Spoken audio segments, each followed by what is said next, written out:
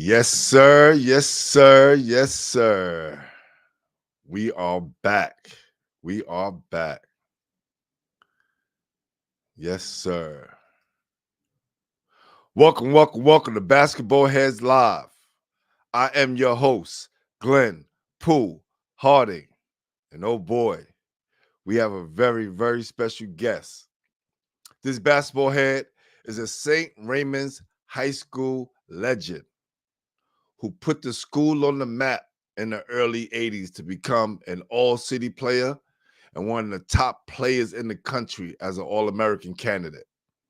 This basketball head will put up 1,394 points in his high school career to be recruited by some of the top colleges in America. This basketball head would accept a scholarship to Villanova University, who had just won a national championship. This basketball head became a dynamic defender for Villanova that played in the postseason all 4 years of his career. He was named the Big East Defensive Player of the Year in 1988. Hold on. Let's pause that for a minute. Do y'all understand? This is the golden era of basketball in the Big East when the Big East was popping. And he was locking them down. Handcuffed here, handcuffed there. Completely sending guys to prison in basketball terms. Locking them up. His record being third in Villanova's history with 204 steals. This basketball head also set the steal standing school record with 9 steals in one game against Providence on February 20th, 1988. During his career, the Wildcats registered an 80-59 record with 3 NCAA tournament appearances and 1 NIT berth. This basketball head was also a member of the squad that reached the Elite Eight. He finished his career with 906 points. Man, wait till y'all hear this story. So, without further ado, help me welcome to the show St. Raymonds and Villanova University Hall of Fame inductee, legend status that is, my guy, Gary Massey.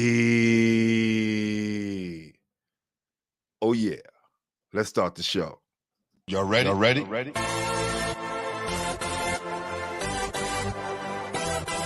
Yes. You have just stepped out into the world of chaos. Where everybody goes hard. Come on. Go hard. Go hard. Go hard. Go hard. Go hard. Go hard. Or go home. Never back down. You gotta hold your own. Go hard. Go hard. Go hard. Go hard. Go hard. Go hard. East Coast. Go hard. West Coast. Go hard. Midwest. Go hard. Dirty. Hurry up, everybody. Get online. Buy your tickets cause the game about to start.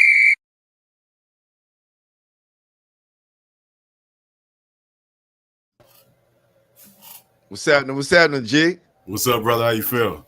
Oh man, let me tell you, man. I'm so excited, man, to have you on tonight, man. This is awesome, man.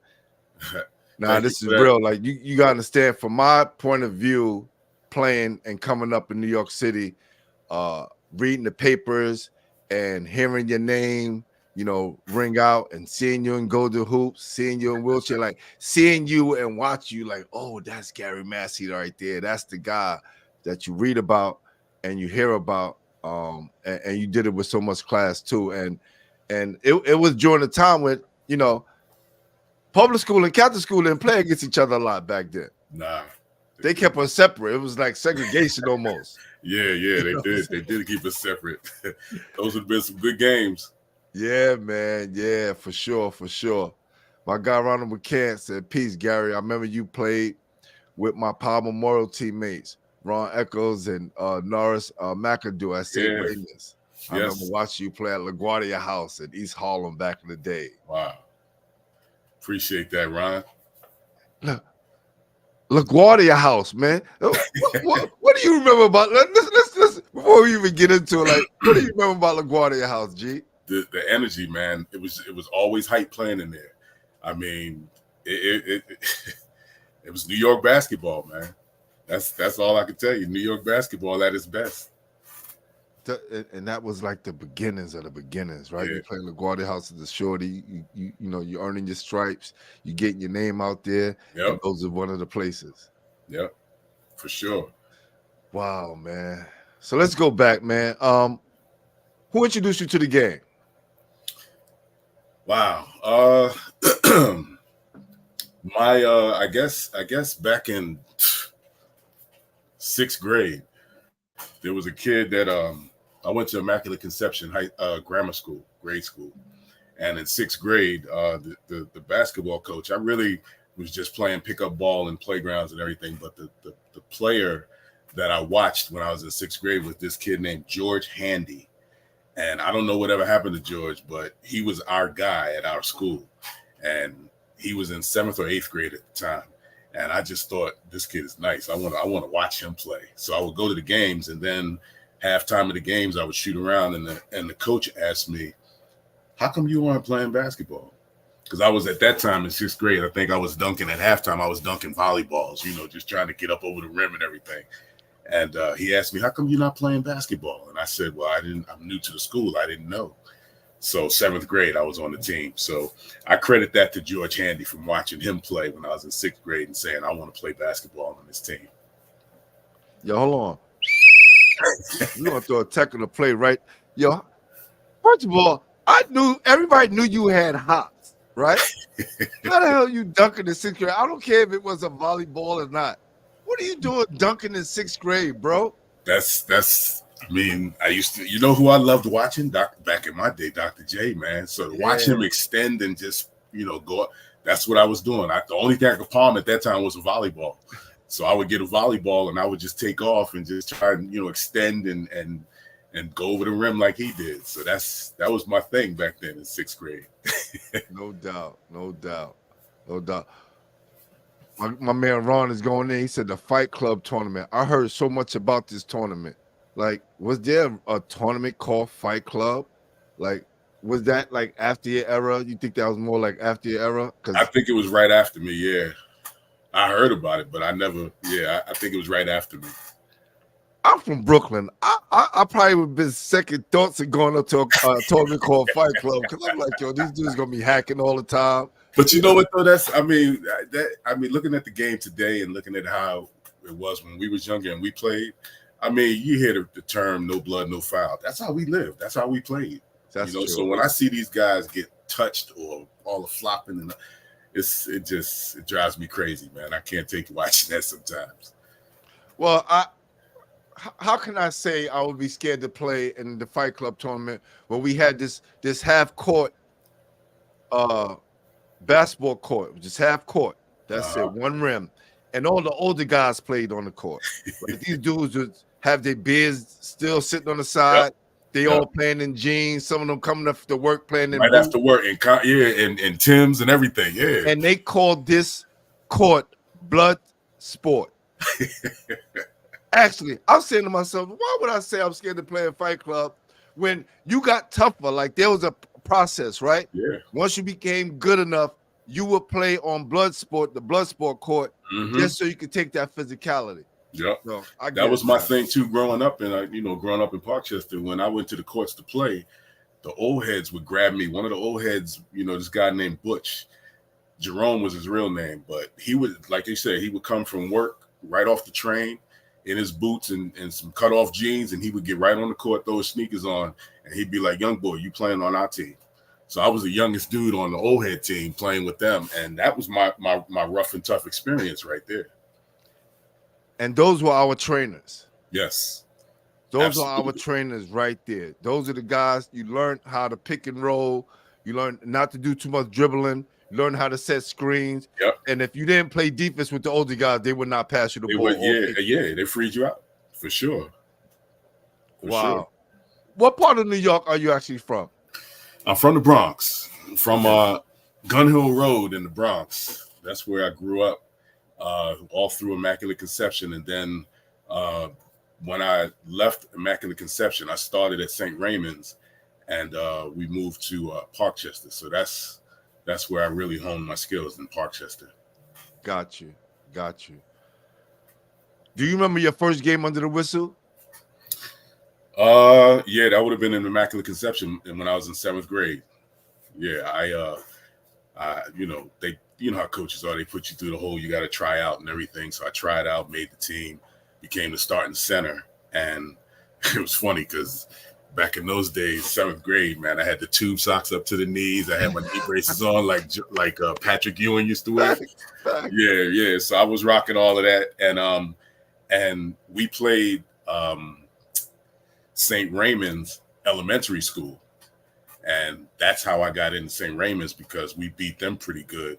And the coach of their team was the athletic director from the high school, Ron Patnosh. And he came and talked to me and my mom and said, there's no reason why this kid shouldn't be playing at St. Raymond's High School. So that was my introduction to St. Ray's. Oh, that's dope, man. Did your socks have the multicolors on them as well? Yes, sir. Yes, sir. We all had those. Home or away uniform, absolutely. No, you had to match it up. Facts. That's definitely true. Yes, who sir. are some of the guys you came up playing against? Like, who are some of the notable guys that when you were younger, you noticed them, like, as you got older as well? Like, man, I was playing against this guy when I was young.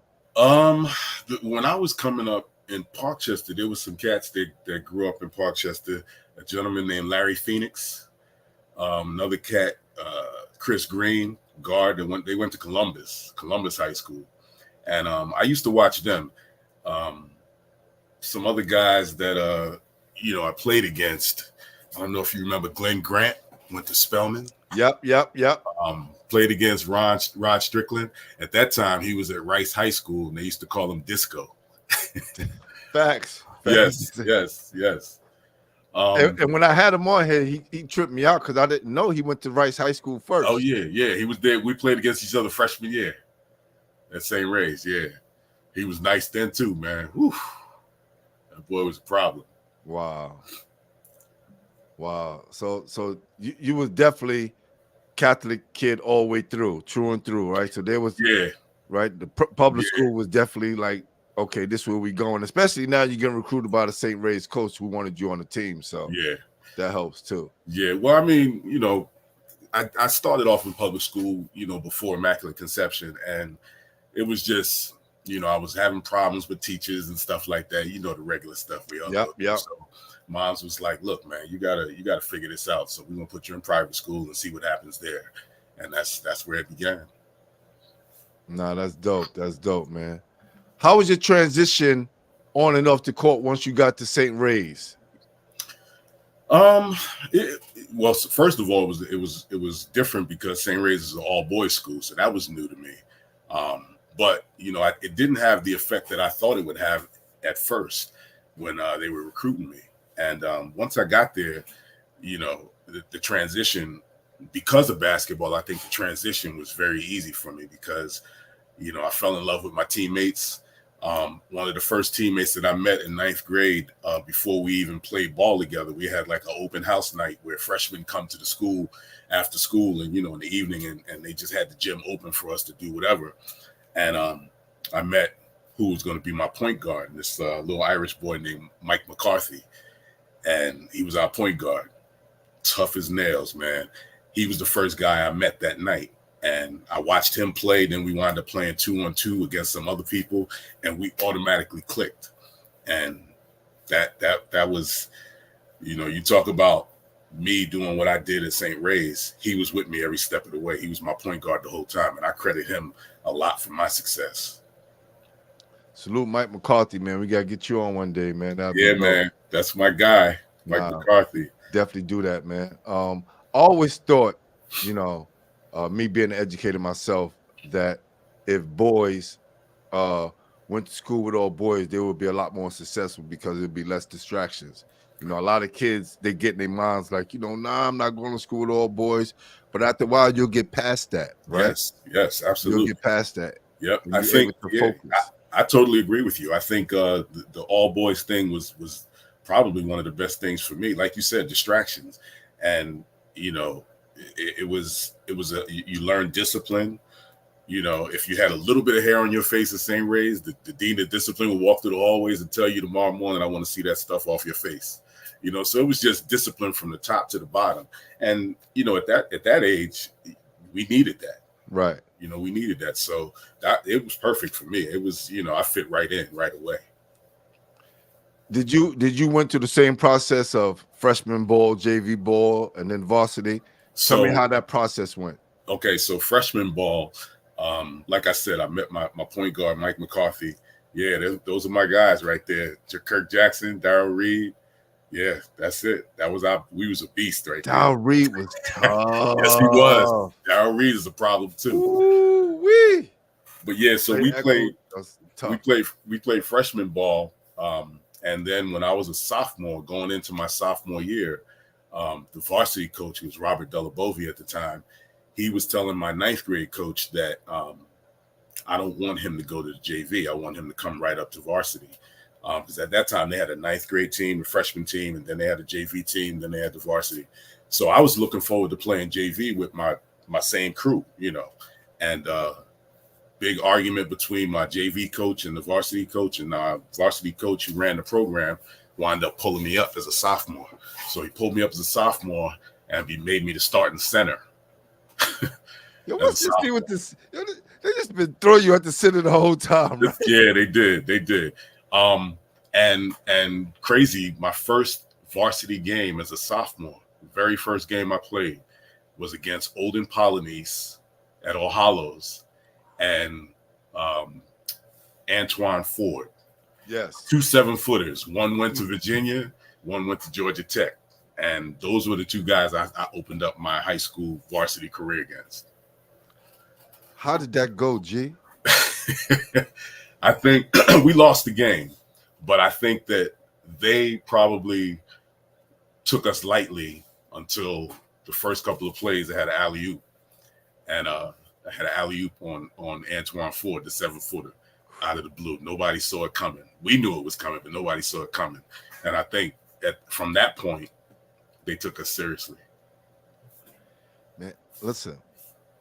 Some of your dunks are so legendary. We would hear about them in Brooklyn. Like, yo, Gary Massey dunked on such and such. Yo, Gary Massey backwards. Yo, you should have saw it. We would just hear about these things. And, I didn't get a chance to see you play until Golden Hoops. Right? You would just hear the names, right? You hear the names. And that was our social media, word of mouth was social media. Exactly, man. It's different now. But yeah, you're right. That word of mouth was a thing, because I heard about a lot of cats in Brooklyn, and I was like, yeah, I want to play against them dudes. You get what I'm saying? And look, the word of mouth, unlike social media, it was real, right? Because it got to so many people, you had to be consistent, because after a while they'd be like, nah, he ain't all that. You hear about he ain't all that. But you knew, man, okay, he the real deal. So I got to be ready, because you never know, right? Yep. Or you saw cats play in summer leagues, like with the Gauchos or Riverside Hawks. Yep. Oh, man, Marty Conlon, right? Yeah. He was the first stepping next star. Him and Fred Quarterbaum. Huh? Fred Quarterbaum was he's an assistant coach with Kansas right now. He's the light-skinned cat that's on Kansas staff. Wow. He was with Marty Conlon at Stepinac. Yeah, I gotta call my guy. It's the other coach. He's from New York as well. Rob. It'll come to me. I had him on a show. Jesus, this is driving me crazy right now. He's the assistant coach for Kansas. He went to Springfield Gardens. So we got a few. Hold on, this is driving me crazy right now. Yeah, me and Marty Conlon had some battles, man. Yo, man, long too. Got long arms, is just like smooth jump shot. Yeah, Put he had a some nice clean. little NBA career too. Yeah. Right out of Providence, he had a nice little NBA career. Norm Roberts. Oh yeah. Norm Roberts. Okay, he's at Kansas. I didn't realize he was at Yep. Kansas. Yep. Okay. Yep. Yeah, talk to him. Freddie Q is there. Freddie Quarterbomb. Yeah. Definitely. Yep. That's right. And he does follow me too. That's right. Mm-hmm. Thanks, CK. Yep. Appreciate you. Said Fred Q played that for them. Oh, okay, yeah. Got you. See? Basketball heads is always in the building. Appreciate all my guys in the chat. Uh-huh. Nah, that's real. So, like you said, the CCs came afterwards, right? Who was the coach while you was there? Let's give him some love. So while I was at St. Ray's, Gary DeCesar was actually the assistant coach. He was the assistant. Yeah, so I got on the varsity my sophomore year. So my 3 years, Robert Delabovi was my head coach. Gary was the assistant coach. And Delabovi, when I left, went on to coach Manhattan College for a little while. And I hate to bring this up, but just to kind of remember him, he was the coach that, like Bobby Knight threw a chair on the court. He did it. He was the same guy that did it at Manhattan College, so he might be well known for that. Yeah, they don't. You know, right now you do that, you curse at a kid. You done. That's it. And remember suicides? Oh yeah. You can't even say that no more as a coach. Really? You have to call them ups and downs. Well, I coach now. I coach high school basketball. Okay. And these kids, they do 17s now. Sideline to sideline, they're called. We call them 17s because you got to go, back and forth, 1, 2, 3, and 17. But our things were suicides, man. Like you said, they still do it, but you can't call them suicides anymore. What do they call them now? Up and downs? Up and downs, something like that. Everybody got a different name for them, because they said it triggers kids, right? Yeah, different world, man. Different world we live in now. Different world for real. Okay, Gary Chucky Martin at St. Mary's when you were there. So Chucky is the assistant coach at Kentucky now. I know Chucky well too. Listen, New York City, we are all over the place. People can say what they want, they can hate as long as they want, but we are out here doing great things. Yep, everywhere. Great things. So how long have you been a high school coach?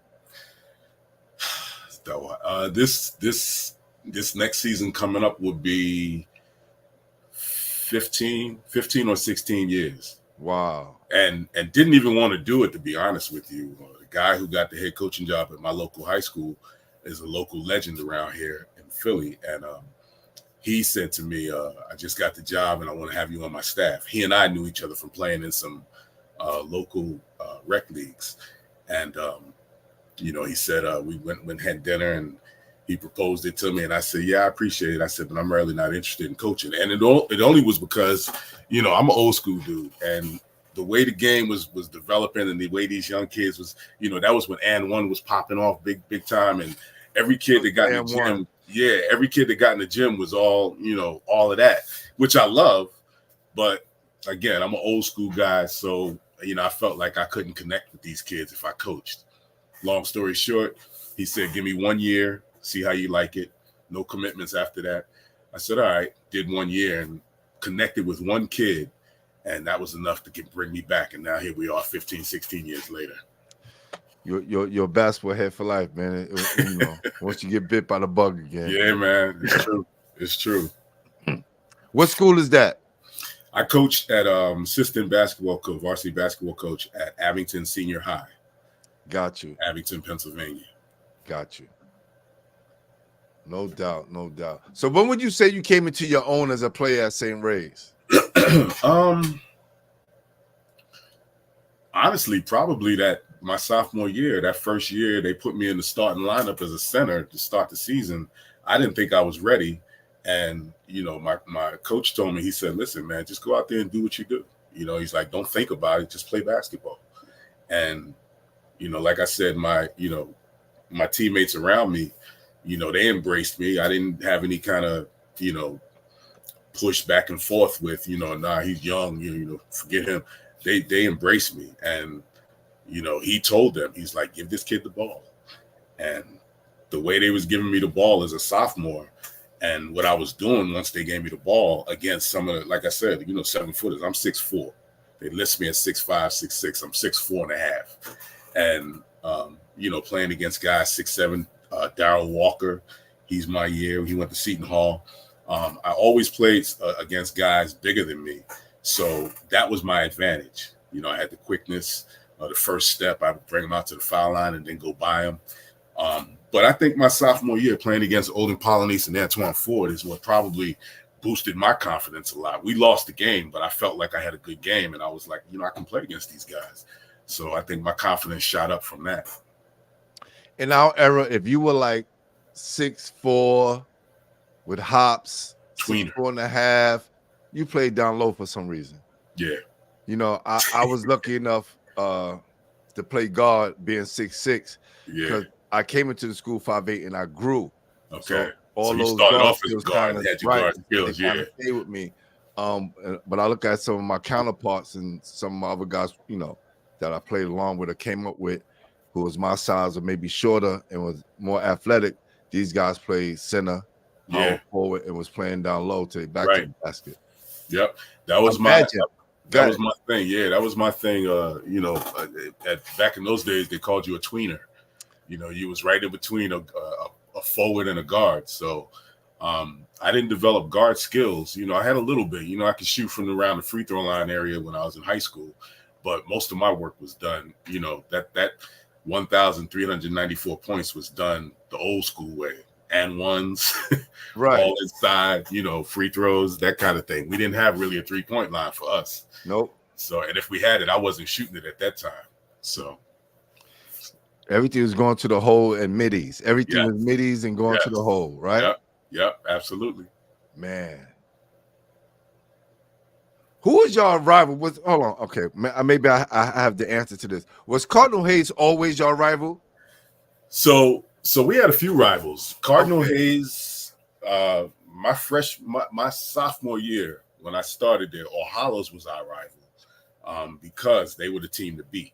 And they were tough. They were tough back then. Yes, they were. State champions and all that. Yep. Yeah, man. They had Richie.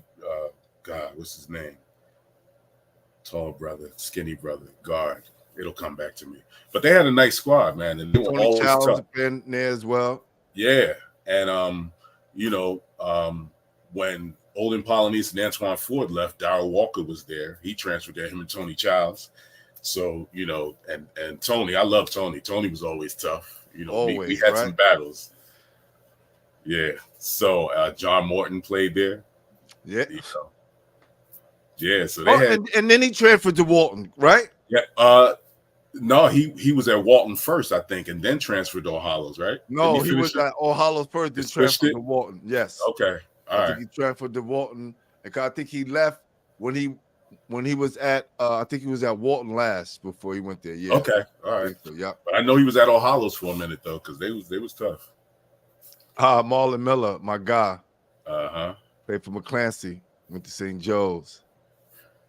Yeah, but Cardinal Hayes, those two names right there. Sam Graham had on the show. Sam Graham is now in the Netherlands. Yeah, that's my guy. He they were our rivals. They were our true rivals. That was always a battle. Always a battle. And Richie Simmons, too. Remember? That's who it was. Richie Simmons. Yep. Yes. Ron McCants knows everybody, huh? Yo, Ron is like, when it comes to uptown schools in the Catholic League, Ron knows everybody. He played I gotta bring Ron on one day, man, because he's such a historian and he doesn't forget anything. He played at how can I forget, Powell Memorial, right? And then he went to school with me at Fairleigh Dickinson. But he didn't play there, but he was a wealth of knowledge, man. Huh? Was Ron a lefty? Yes. Yeah. Okay. Strong. Yeah. I remember Ron. Somewhere our paths crossed, but I remember the name, and now I'm thinking back to the face, and I remember big burly dude, left-handed. Yep, that's him. Yeah, man. Ron was nice. See, he know where guys from and Yeah. everything, right? Yeah, This, yeah. this dude's a walking encyclopedia. Ron, I'm definitely going. I always had planned to bring you on the show anyway, man. But you Ron, just I'm a advocating for player you to that get we're on the gonna show, talk. man. He got to get you on the show, Ron. Man, Ron knows everything. He knows when you guys played that. He knows all the tournaments, right? Look, Power with Jason Williams. Yeah. Before he went to Christ the King, right? Now, and I had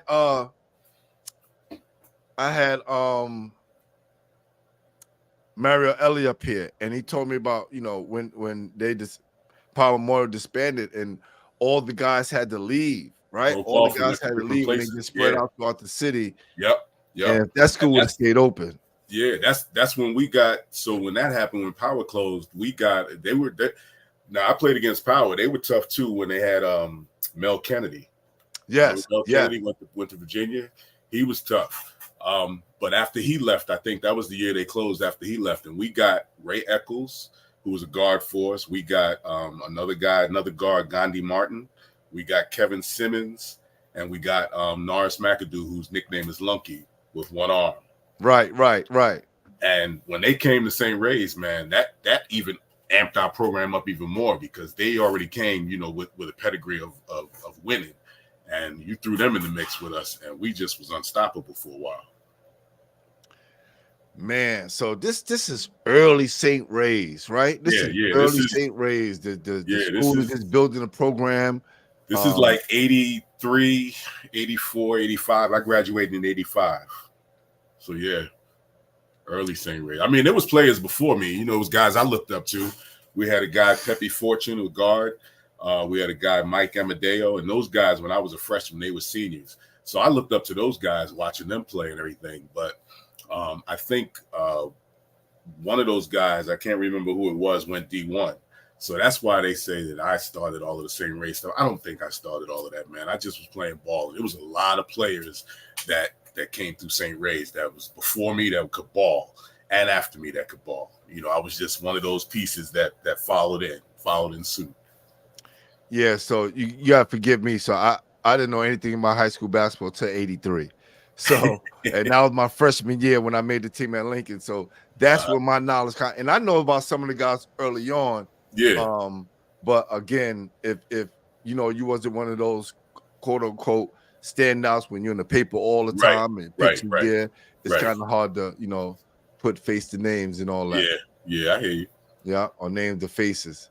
So who was a player that and you named a few already, like who kind of gave y'all fits and you knew like, damn, and it was just in the era where we had so many guys. So in high school or in college? In high school, we still in high school right now. High school, Cardinal Spellman had a guard. I mentioned his name earlier, Glenn Grant, and I don't know where Glenn wound up going to school, but this kid, he gave everybody fits. He was a point guard, and he was just complete. Could shoot, dribble, pass. He was just tough. Tony Childs gave us problems because he's just a smart guard. Just everybody that played with him, he always had them set up for, he was just a great point guard. Darryl Walker, once he got it all Hollows. John Morton. Those were guys that gave us fits because, they were the guys for their team. And the way they played the game was how I played the game, with passion and hard and, just that will to win. So those are the guys that really, when you had a game against them, you got hyped for that because you knew it was going to be a barn burner. Yeah, for sure. And all those guys you named were pure dogs, man, and definitely during one of the toughest eras in New York City basketball, man, which is crazy. Look, yo, JB, you right, because when you go in St. Ray's gym, the first jersey that you see, is our guy right here. Appreciate that, JB. No doubt. He said Glenn Grant went to Iona. Okay, yeah. So he knows Glenn. Yeah, Glenn was nice, man.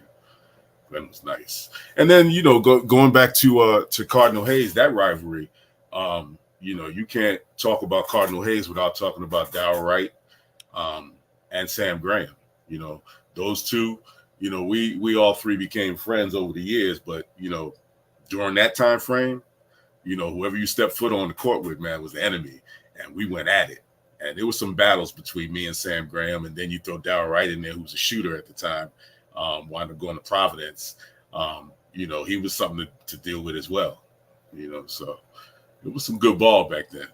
Man, Captain School League was loaded. Yeah, guys were sending guys to D1 schools all over the country. Yes, they were. Yes, sir. Did you attend 5-star or athlete camp during that time? I did, yeah. I went to 5-star camp. They were there. I think it was in Holmesdale. Was it Holmesdale? Was it Holmesdale? I don't remember. It's been so long, man. Right.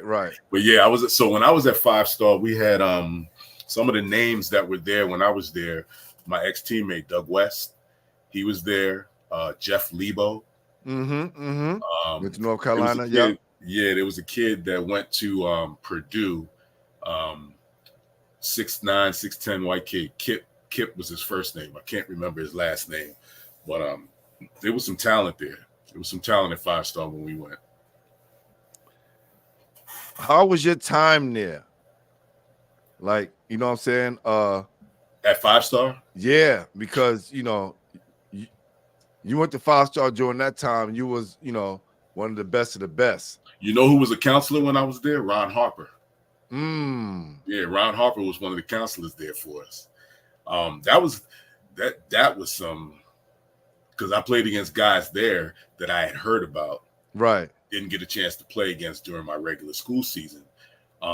So that was that definitely was a ramp up, because, when you played in high school, you had some teams, like I said, when you played Cardinal Hayes or Hollows, you knew they had somebody that could contend with you, And then there was some schools that didn't have anybody and you wound up blowing them out or whatever. But when we was up at 5-star for that camp session, man, every game, in the morning, in the afternoon, the evening, every game was fire. Every game, because there was so much talent there at every position. That's right. Yeah. That's right. I think the guy you was talking about is Kip Jones. That's him. Yep. Kip Jones, Purdue. Kip Jones. Yep. Purdue. Yeah. He was nice too.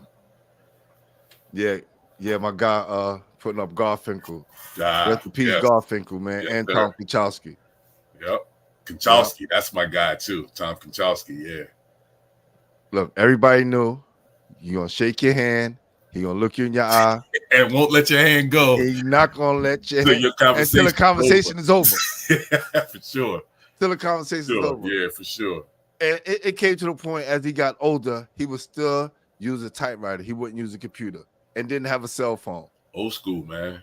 Old school. We had a guy, funny you said that, because where I coach at high school, we had a guy that started when I started, older gentleman that went to the high school, and he sat on our bench and did stats. He didn't use a computer. He didn't use a laptop or iPad. Everything was by hand. Real meticulous, added everything up. I mean, incredible memory. And you just, those are true basketball heads right there. Oh, for sure. And it keeps you on point and keep your mind sharp. Yes. Keeps your mind sharp. Yes. Yeah. When did you realize, G, that, you was one of the top guys in the country? Like, when did that start to kick in and know, like, you know what? I could really do something with this. Probably my junior year.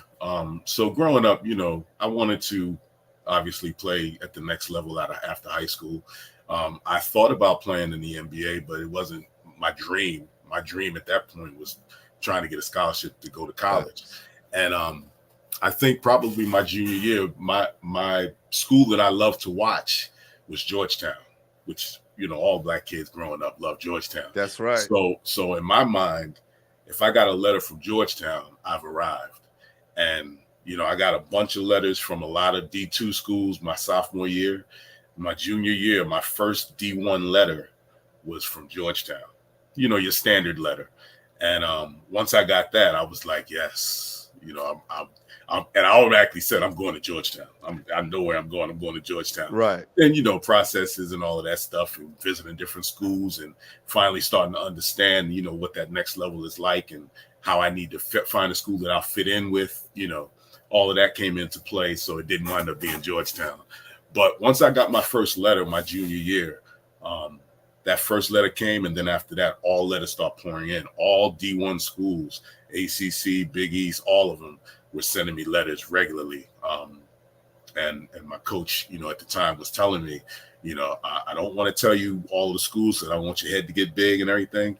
But at that point, I knew I was good. I read the papers and I heard what everybody was saying, but I tried not to be cocky about it. I tried to stay humble, and I always felt like, as much as they say I'm good or whatever, there's always room for improvement. So, I just sort of, once it happened, the initial shock of it was like, yes, I'm that guy now. But then, I started reading about other players, and I'm like, okay, I got to be better than him. I got to work hard to be better than him. So, I think that's what humbled me, but yet still kept me hungry. Yo, do me a favor. Put your hands up to the screen. Oh, the other one? Both? Oh, okay. I never know. Yeah. I heard about that, but I didn't know it. But your hands are fucking huge, though. Like, yeah, I'm looking at your hands. I'm not even the finger where, Yeah. So I'm talking about, like, your hands is huge naturally. Yeah. So my right hand, I'm missing my finger, my ring finger. That happened when I was 2 years old.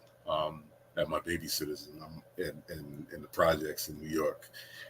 Just a freak accident, and fell down the elevator shaft, so they weren't able to reattach it. So again, at 2 years old, it happened. So you're 2 years old, you're still learning stuff. So it never really affected me because it happened at such a young age. The only thing it did prevent me from doing was palming a ball, when I was younger. So that, again, volleyball. That's where I started palming volleyball. Got you. But once my hands got a little bit bigger and I was able to palm a basketball, then But and still palming the basketball, which is crazy. So that's what I'm saying. I noticed how big your hands were just in generally. You know what I'm saying? Yeah. Wow. And I never even noticed that while watching you play. Yeah, a lot of people don't know about it. Yeah, a lot of people don't know about it. And if they see it, if they ask, I tell them. It's right. I don't try to hide it or nothing. It's part of me. It's like I said, it happened when I was 2 years old. So it's crazy. I'm 56 and I still remember it vividly. Something that traumatic. You don't forget that. That stays with you. But again, it happened so young that it was nothing to worry about. I just went on about my business and did all normal things. And it never hindered you. Never hindered me. I'm right-handed. I shoot right-handed. So yeah, it never hindered me. Didn't stop you from dunking on everybody either. No, I didn't. That's real. That's real. What AAU team did you play for? Gauchos or Riverside? Both. I played for Gauchos. I played for First, it was Riverside. Then the Gauchos recruited me. I played for Gauchos. And then I played for another team, the Madison Broncos. All right. I know. That's why I mentioned it. Old Dr. Selly. Yes, sir. Gary, listen. we go, ice cream. Yeah. I don't know if you remember Tony DaCosta, Magic. Yes. That's my guy too. He's out here. He coaches at he's a head coach at a high school that we play against. We play against each other every year, so I see him frequently. But he brought me on to the Madison Broncos. Pass Tony my info, man. Oh yeah, for sure. Well, I'm gonna send him this. So yeah, I'm gonna have him. Oh man, salute Tony DeCoste, man. Christ the King. Ones, man. Yeah, he gave us fits too. Tony was tough. He played at Boston University with Kyrie's dad. Yeah, Dedrick. Yeah. Yes.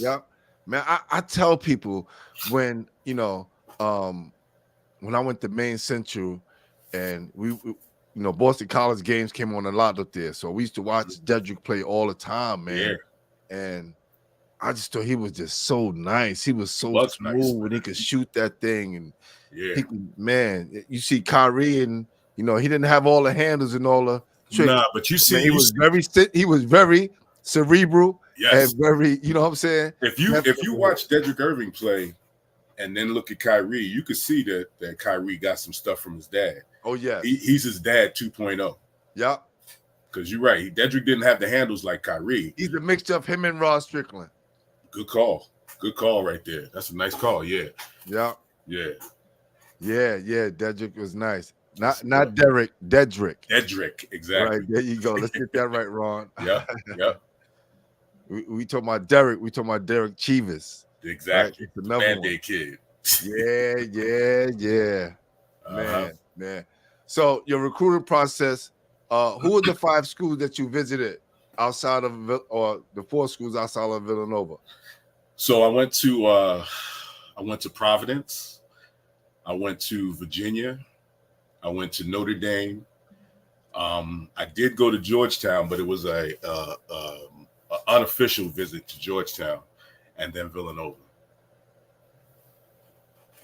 Just to see. Oh, DaCosta, yes, Magic, Yeah, yes, Magic DaCosta. yeah. And what made you decide Villanova was Villanova for you? Did Raleigh Massimino have a lot to do with that? Absolutely. So my first visit was to Providence, and I did like Providence a lot. And there was a coach. The coach at the time was Joe Mullaney, older guy. And when they were recruiting me, he was getting ready to leave and pass the torch on. And I think Patino took the job. Yeah, Rick Pitino. Yeah. And I really fell in love with Joe Mullaney, but I didn't know he was leaving. So once I found out he was leaving, Providence sort of fell down on the list. Honestly, if Joe Mullaney stayed there, it would have been between Providence and Villanova. Wow. Notre Dame, I went to visit, and I like Notre Dame, which made me go visit. But something happened when I was on my way. I was in the air on my way for my visit, and when I landed, Digger Phelps was the coach. There was a big white kid that played there named Tim Kempton. He was their center. Yeah, I remember. Redhead kid. Yeah, he was my guide that weekend. So he picks me up from the airport, takes me to Digger Phelps' office, and Digger Phelps is at his office, and he looks up at me. He says, "Hey," shakes my hand. Glad to have you. Tim's going to take you around. Notre Dame football was big at that time, so he took me to a Notre Dame football game. I saw Digger Phelps when I got there Friday, and then I saw him again Sunday when I left. The reason why was because while I was in the air flying there, I was their second choice. Their first guy was Mark Stevenson from Philly, and he gave them a verbal commitment while I was in the air. So when I landed, they got a verbal from him. So I was really unnecessary to them at that point. Right. And I kind of felt, I didn't know. When did you find that out? When did you find that out? When I got home. When I got back, my high school coach called me and told me. He said, "How was your visit at Notre Dame?" And I said, it was kind of different. Like the head coach didn't spend a lot of time with me. And at that point, I didn't even realize that I saw him Friday and then Sunday. I didn't see him all day Saturday. And, I said to him, yeah, so it was kind of a weird visit. And he said, that's probably because the kid, Mark Stevenson, who they really was after, gave them a verbal commitment while you were in flight. So I said, okay, that makes sense now. I see it. Did he wind up going there? Huh? Did he wind up going there? Yeah, he did. Yeah, he went there. And I don't remember what his career was like at that point, because at that point now Notre Dame is out of my head now. Right. With them, but yeah, he wound up going there. So Providence, Notre Dame, Virginia. I did love Virginia. You remember John Johnson? Yes, my God, John Johnson. From Talentine. Yep, had him on the show. Yeah, he was the guard. Him and Gary Vose was that's right. Were my guides out there. Mel Kennedy. Yeah, he was still there. So I liked Virginia, but I wasn't crazy about the location. Oh yeah. And then my unofficial visit to Georgetown. Georgetown was nice, but the awakening for me was, you see the team and you think it's an all-black school or all-black team. Oh no, not at all. Not at all. The team was black. The team was black. School, the school was white. That's it. You're right. That sort of was a discovery for me that sort of was like, oh, I was deflated at that point, But so Georgetown, was ruled out, and I went to Villanova, and Dwayne McClain, Ed Pinckney, and Harold Presley were my guides there. And the real reason that Villanova beat out everybody else for me was because when I was in high school, my coach was an Italian guy, Robert Delabovi. And my sophomore year, the beginning, I was failing a couple of subjects in school. And my mom was strict. She was like, you fail subjects, you don't play basketball. So he went to my mom and said, I was off the team actually for a hot minute. And he went to my mom and said, can we work something out where he has to report to me every day after school, show me his homework and all that stuff. And she's like, if he falters, he's off the team. So Robert Delabovi sort of stayed on my butt. He stayed in my ass and made sure that I had all my work done. and I didn't have any more issues in school academically after that. So Raleigh Massimino reminded me of my high school coach, and I felt comfortable with my high school coach. And when I went to see Raleigh, he came to my home. I went to Villanova. He was that same, he had the same mentality. He was on me the same way. So I felt comfortable. It felt like home. The other part of that is 2 hours away. My mom was a single parent, so and I had siblings, so it was easy to get back 2 hours away. So that played a part in it as well. No doubt, no doubt. We're gonna give you a pause for your coach standing in your ass, but we're gonna get past that. We're gonna get past that. Yeah, I'm sorry, no diddy. New York, we it gets stuck in our head. We like, oh, he ain't say pause, but I got you. I got well, you. You got it. I appreciate you. Facts. Yeah, Kevin Simmons played with us too. Yep, for sure, man. When you naming off all these schools besides Georgetown, like you naming off Virginia, you naming off of course Providence, Villanova, Providence, they had New York guys on the team. Yeah. Like all these schools had New York. If you was a New York guy, and I always say this, for some reason, we don't do well in like the Big Ten, the SEC, right? It's certain conferences that I don't know about. It's not really fit our style, like the Big East, ACC, Atlantic 10, the MAC. It's spread out, even in the Mid-Atlantic and a lot of other college conferences, New York guys thrive in. But when I hear a guy that's going like to the Big Ten or SEC, I always go. Not saying we can't do well, but like overall, like it's a different style of play in some of those conferences, man. I think I think the Big East, probably when I was coming up, the Big East was probably the best style. The best for New York, for New York players, because we just had that rough and tough. Like I said, no blood, no foul. We just played hard. We ain't worry about complaining and crying and all that stuff. It was like, yo, you got to man up, play ball. So, I think we knew where those squads were for us as New York players.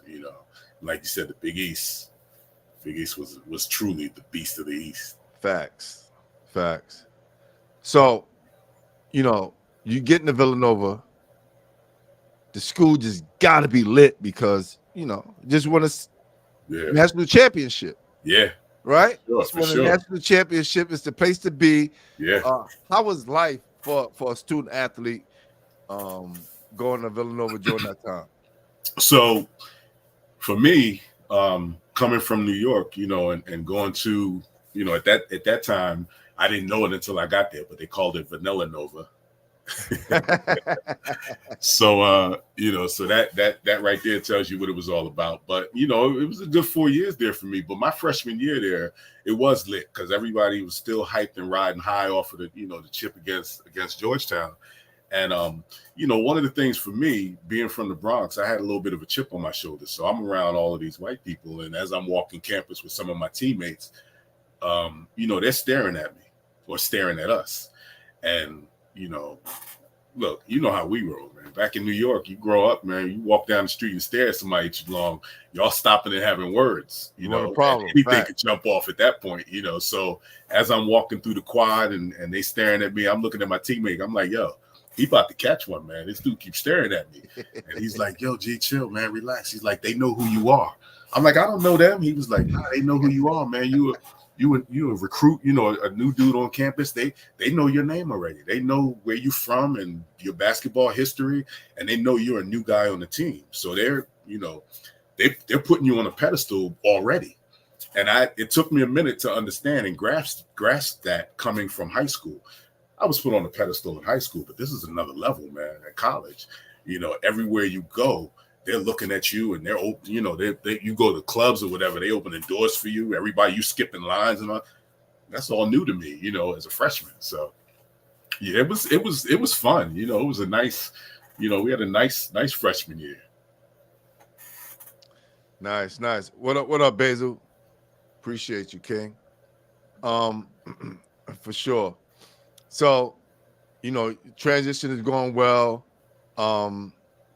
say, Coach Massimino, how was you guys' relationship, and how was he as a coach in your eyes? So my freshman year there, that was a bit of a transition for me early on, being because I was a center. And when he recruited me, his vision for me was being a small forward, a three, a swingman. And, I had to work on some things. I had to work on some ball handling. I had to work on some shooting. And so I went there early that summer before my freshman year actually started. They had a little program for us to come in early. So I went to that and put the work in. But the relationship with he and I was very rocky in the beginning. And it was because he stayed on me. He was like, look, I'm going to push you. You have potential to be very good, and I'm going to push you. And that was the part that reminded me of my high school coach. Because Massimino was new to me, it took me a little bit, to get accustomed to him. He did it at what my high school coach did. He did it at a higher level. So I had to adjust to that higher level. I had to adjust to Massimino's ways of coaching and everything. But as far as a coach, man, I think, he was a top level, top tier coach. His X and O's was unbelievable. He had a play for everything. And I think when my turnaround freshman year with Massimino was probably mid-season, where he had me in the office, and he pulled me in his office and he said, so tell me, you've been midway through the season here. Tell me what you think about, playing here. And I said, I was honest with him. I said, I think I should be playing more. I said, there's some guys that are over me that are playing. And that's every kid that just wants to play. Yeah. But he told me, he said, you have to find your niche on this team. You have to find what you do well, and you have to become really good at it. And when he said that, I took a step back and thought about it. And looking at our team, we had Harold Jensen, who was a shooter. We had Mark Plansky, who was a shooter. Doug West from Altoona, a shooter. So we had guys that could shoot. So I already knew shots would be limited for me there. So I started thinking about, what can I do to make an impact on this team? So in practice, I wasn't on the starting squad, so I always wind up guarding one of these guys that's shooters in practice. And I started taking it upon myself and saying, okay, every practice in my mind, when practice will start, whoever I'm guarding today, I'm shutting them down. I'm going to let them know that I'm here. And Massimino started recognizing that. And slowly but surely, towards the end of my freshman year, he was looking down the bench and he'd be like, Massey, get in there, and I want you to guard so-and-so. Usually it was the other team's best player. And, I took my lumps early, because I was learning. But, once I got the physicality of the game and the speed of the game at the college level, then I was ready to guard anybody. I guard Len Bias. Who? Yeah, man. No, hold on. Let's back that up for a second. Yeah, for man. those of you who don't know who Len Bias was, please look him up. Google him. Yes. YouTube him. If Please. You want to know what a bigger version of Michael Jordan was at that time, yes, trust me, he was a dog. What was it like guarding him? And he had you about 4 inches as well. Oh yeah, he's so 6'9". If for those that know who Len Bias was, 6'8", 6'9", chiseled. I mean, yes. like they did, like they created him from granite, man. He was just chiseled and all around ball player, could do it all. And my first experience with him was my freshman year. We opened up the at that time it was called the DuPont Pavilion, but we opened up the pavilion. Our first home game was against Maryland, and they came in, and I got in the game, and I got caught on a switch, and I had him he had me in the post, and I had my forearm in his lower back, and he caught the ball, drop step, fake this way, and went the other way, baseline, and banged it on me. And I just looked up, and I was like, man. And I had already heard of him. Welcome to the NCAA. Yeah, that was my first experience of him. And, so that's how Len Bias and I got acquainted. Wow. And after that, I had 4 or 5 fouls to give. So after that, I let him know I was there. He ain't dunking me no more, but he right. Listen, he's Len Bias. Well, what's Len Bias? That's right. So, that's right. A lot of us wish we had a chance to even, play against him, be on the same court as him. It's crazy. Yeah. That's crazy. Hold on for a sec. So Yes, I sir. remember CC older brother who played at Bronx Science with Mad Hops and Greg Gonzalez brought you up to Co-op City Section 3 courts. Yes, The Greg Hops was Gonzalez was crazy. one of my So when I was a sophomore on the varsity at St. Ray's, Greg Gonzalez was my senior, and his younger brother Cliff Gonzalez played with me freshman year. But yeah, yes, you're right. Did go up to Wow. Co-op City a few times. That's crazy. And then my guy Ron McCants, because he was watching the Mario Ellie episode, and Mario Ellie explained how he had to, adjust his game to the NBA style, right? Right. Because he came in as a tweener. Yes, And then now you get to college and you have to do the same thing, Yep. right? It's a Yep. different level. And I tell kids all the time, yeah, you might be one thing in high school. You go to college, you probably gonna be something else. Something else. Then you get to the NBA, you probably gonna be something else. Yeah, You look at most of these guys, like who's my guy, like the defensive player from Chicago, the dog. Yeah, I know you know who it is, Ron. Yeah, for sure. He was a top scorer in college and overseas. Yeah. Right. Pat Beverly, right? Oh, yeah. Pat Bev, Yeah. right? And now he's a defensive stopper. Right. Like, right. don't get it twisted. Those guys who are defensive players will drop 30 on you in a minute. That's right? the thing, man. That's the thing. Guys like myself, like Pat Beverly, so many guys that went to college that left high school being that dude, scored 25, 30 a game and got to college. And like in my situation, we had, I named 3 or 4 guys on our team that year that were shooters. So there wasn't many shots for me. So I had to be that dude that did the dirty work. I was, which was cool with me because of the way I played growing up in high school and in the playgrounds. I didn't mind the physicality. So I didn't mind doing the dirty work. There was a rumor that you wanted to transfer to Manhattan to play for Villanova. Was that true? No. The rumor, that's not a true rumor. He wanted me to transfer because he found out that my freshman year, in the beginning, I was unhappy, dealing with Massimino, trying to get adjusted. And one of my things that I thought about was if I did transfer, it would have been to Seton Hall. But, that's when Massimino and I had a conversation. And, once we sorted things out, I was just, again, it was me being a player feeling like I need to be on the court more and, not understanding that sometimes you got to sort of just bide your time and learn, you got to learn the system, learn what's going on and find your niche. So after the conversation with Massimino and I found my defensive niche, at that point I became comfortable. So as much as Delabovi would have loved for me to transfer to Manhattan College, that wasn't the place that I was going to transfer. If I did, I would have went to Seton Hall. And you still had a Hall of Fame career. Hopefully. No, you did. You did. You Hall of Fame in high school, Hall of Fame in college, right? So all those things, man, paid off. Definitely. He said you and Chris Brooks had the best hops in that era, for sure. That was my guy, Chris Brooks, man. We played in a lot of rec leagues together and against each other. And at some point, whenever we on the court together with either on the same team or against each other, at some point, either after the game or halftime of the game, me and him always had some kind of mini dunk contest all the time. Now, you talk about hops. Chris Brooks was a two-leg jumper, vertical jumper. Oh yes, for sure. And he would stand under the basket, touch the ball to the floor, and just jump straight up and cock it back. And I was more of a I could jump off 2 legs, but I was more of a 1-leg jumper. Yes. So all my stuff was done mostly off 1 leg. But yeah, we used to have some battles, man. Man, I remember we played against Chris Brooks and Gauchos the AAU, and my guy Shane Drisden was 6'10". Shane was pushing him under the basket, and the basket was behind him, and Chris Brooks was almost out of bounds. Chris jumps backwards into Shane's chest, moves Shane back, and dunked it. That was the most amazing thing I've ever seen because Shane was between him and the rim. Mm-hmm.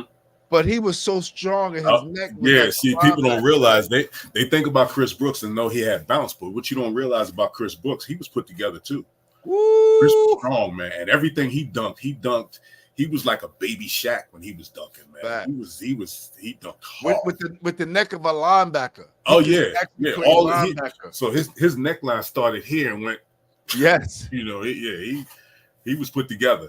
Facts. Yeah, he was strong, man. Facts. Oh yeah, Big East Defensive Player of the Year, which is so hard to do. Which is so. Listen, I had my guy Gene Smith from Georgetown. Mm-hmm. Right, we did a Pearl episode. He was like, "Yo, bro," I was like, "Yo, I know you're not a New York City guy, but I know you played pro-am here. You lived in New York for a couple of years, and you know you went at it with my guy Pearl." So we did an episode, man, on Pearl birthday, around Pearl birthday, man, and you know another defensive guy. You know myself, I was a defensive guy. I always held the best player. Yeah. You know, there's if you watch the Lloyd Daniels interview, he'll tell you like, man. Yo, you was grabbing my shirt, pulling on me, pushing. When you're a defensive player, you gotta pull out everything. Hey, man, depending on who you playing against, some guys you could just bump them and be physical with them. Some you gotta, get a little dirty in there. You gotta let them know you. Look, I'm gonna be on you all night, man. Everywhere you go, I'm gonna be right behind you. Facts. Right beside you. You gotta let them know. So yeah, pulling the shirt, a little push here and there, a little love tap. Just let them know you there. Yeah, man. Hey, I'm still here. Yeah. You may get your ass busted, but okay. Yeah, I'm you might here. score, but I'm here. That's right. JB said, I remember you dunking on the China 7-footer when you played for Riverside at Fordham University. Yeah. Y'all played against China. I remember Gauchos playing against Russia, and you guys played against China. This is crazy. Yeah. Yep. Man. My biggest experience with European players was my junior year at Villanova. They had each year they have a Big East traveling team. Yeah. And I got selected to the Big East traveling team, me and my teammate Rodney Taylor. And we went to, at the time, Yugoslavia was still a country. And we played against the Yugoslavian national team. Tony Kukoc was on that team. Tony Kukoc was a 2-guard at 6'7", 6'8". Their point guard was 6'6". Their 3-guard was 6'8". Their power forward was a 7-footer, and their center was a 7-footer. And I don't talk about this often, but they beat us. It was basically their national team, their Olympic team. Wow. They beat us by 70. What? Yeah. And we had our biggest dude was our biggest dude was from St. John's, their center. Forget his name. He's my year. He was about 6'9". And then we had another guy from Boston College, I think was about 6'7", 6'8". They were our big guys. And Rodney Taylor, my guy, 6'6". Right. But yeah, man, they put a whooping on us. Jesus. 70. Whew. 70, yep. Man, so listen, like you still third all-time in steals, right? Mm-hmm. What do you think helped you become someone that can steal a ball or get in the way of, disrupting the guy's offense and making them have turnovers? I think, like I said, I coach high school basketball, and what I try to do is teach these guys, when you play basketball, the one thing that's constant, you're going to have off nights where you're not shooting the ball well. You're going to have nights where it's just not, it seems like there's a lid on the rim. But, and sometimes you can't control that. You get to the line and you try to make free throws and see the ball go through the hoop, and hopefully that makes you, get your rhythm or whatever. But one thing that's constant in basketball is defense. You can always play defense. You can control defense. And once I understood that and realized that, in my mind, when I got on the floor and decided that I was going to guard somebody, it's just, I think defense is heart driven. You're a defensive guy, so, correct me if I'm wrong. I think it's heart driven. You got to have heart and just toughness that, in your mind, you got to say, I don't care what I got to do. I'm going to do whatever I got to do to try to stop this guy. And, it's physicality, it's mental. And if you have all of that, I think if you are able to play defense, you'll be in every game you play. And I definitely agree with you, man. And as a defensive player, you gotta, even though you have like a scouting report, you still, while you out there in real time, You got to see if it translates on the court, and you have about 3 times up and down the Up and court. down. Yeah, that's figure it out. Yeah, it's funny you say that because that was my thing when I wasn't starting.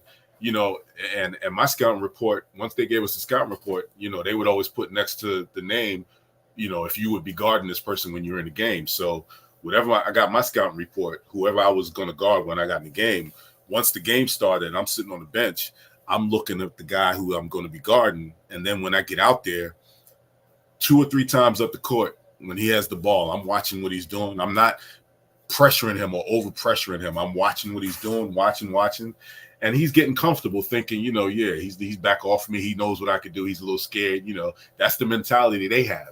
And then 4th or 5th time now, I'm on you. I'm pushing up on you, and your dribble, you ain't dribbling comfortably anymore. I'm making you as uncomfortable as possible. Now you're thrown off. It's like, well, where'd this come from? But that first 2 or 3 times up and down the court, I'm studying you. That's it. Yeah. I'm watching you, trying to see where I can, where I can make my moves at, So, and I think, like I said, mentally, physically, the heart, the determination that, it's just sometimes you just got to buckle up and be like, all right, this dude ain't scoring. And if he does, he's going to earn this. And that was the mentality I had going out playing D every night. JB asks, Gary, you played against Len Bias, Rex Chapman, etc. Who was your toughest matchup? So and he said etc. Because I know there could be other guys as well. Yeah.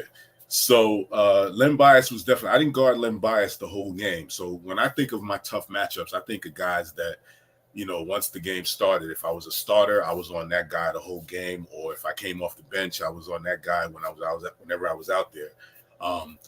Rex Chapman is one of them. And the reason Rex was so tough is because when we played them in the NCAA tournament, that Elite 8-year run, Rex was that dude that once he got the ball, he had the green light anywhere. Facts. So he could step over half court, shoot the ball. That's just and knock it down. So that's what made Rex so tough. So Rex was a tough matchup. I played against my freshman year also in the NCAA tournament. We played against Virginia Tech, who had Del Curry. Del Curry, my first experience with him, Massimino put me in the game, and he said, you guard Curry. So Curry gets the ball. He's dribbling it over half court. Right over half court, there's a hash mark on the side. He dribbled to that hash mark and pulled up, and it was bottoms. And I stood back and watched because I'm thinking he ain't shooting from here. Right. How dare you? Yeah, and I looked over at Massimino, and he's looking at me like, you read the scouting report? You know he could shoot from anywhere. Why aren't you up on him? So that was a tough matchup. I didn't have to guard him long, but Del Curry was tough. So guys that shoot from anywhere, once they got the green light, they always a problem. Tough. Yeah, Dana Barrows, he's one of my toughest guards. Another green light. Yeah, he can shoot from anywhere. Macon from Temple. Another Mark tough. Macon. Ooh. Yeah. And another one from Philly, Lionel Simmons. He was tough. He was. Lionel Simmons was tough. These are guys that gave me problems because, again, Dana Barrows, for instance, Boston College ran him off of 5 screens before he touched the ball. So you chasing him through screens, and by the time he gets the ball and you finally get through that last screen and you on him, he's so quick and small, he's making a move and getting his shot up. So that took a lot of energy out of you chasing him around. Wow. Man, let's talk about that Seton Hall game when you scored 22 points and had 2 dunks and a foul shot in a minute and 55 second span to give your team the win 75-70. And correct me if I'm wrong, right? But Seton Hall had guys like James Major, Gerald Green, Darryl Walker, John Morton. Yep. So was it like a coming home party? Like you know what it was, man? It was because because those guys, like I told you, John Morton and Darryl Walker, Gerald Green, all of us played with each other or against each other, in AAUs growing up. So we were all familiar with each other. But that was a good game, man. That was a New York game right there. That was a New York City game right there. All right, walk me through the last minute 55 seconds with the 2 dunks and the foul shot. Was one of those dunks an and one, or it was a 1 free throw, a 1-on-1 situation? One was an and one. Yeah, one of the dunks. I don't remember who fouled me, but one was an and one. But a lot of my dunks, like when I guarded guys and got steals and then went down and dunked it, a lot of my dunks were either just anticipating in the passing lane. My arms are long, so guys would be lulled into thinking, oh yeah, I can make that pass. And when I was taught to play defense, if my guy is standing here, I'm like this defending him, and I'm looking here at the ball and my man. So a lot of times they would throw the pass and my hand would get out there and tip it ahead, and then I just chase it down and I'm going down the other end. So, but yeah, it was a lot of my steals were anticipation steals. Not a lot of my steals were just guys dribbling on me and trying to go by me and me snatching it from it. That did happen a lot, but a majority of my steals were anticipation, getting in the passing lane and just and lulling guys to sleep, making them think that oh, here's an easy pass, and then all of a sudden it's gone. I'm out. Yeah, well, speaking of that, how the hell did you get 9 steals in one game? Now, hold on. That's just like a dude hitting 3 home runs in a game. Like, that's something that's you're not getting 9 steals in the game. Not regularly. One game is crazy. Yeah, that was that was against Providence. That was that was Eric Murdoch, Darryl Wright, Abdul. What's his name? Abdul Shaheen. Yep. Yeah, big guy. I that's my guy. I love him, but he got caught. I caught him. I think he's about 6'10". I caught him. You dunked on him. Yeah. We met at the rim. Yeah, we met at the rim. I caught him.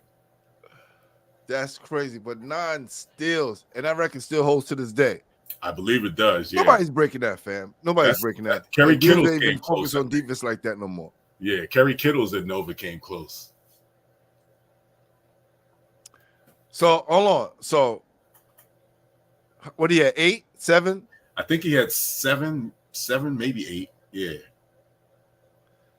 But that was still in the era, right? When Yeah. dudes was still playing lockdown. Yeah. That's when defense played a bigger part in basketball. Marty Collin was on that team too, correct? On that Providence team? Team. Yes, he was.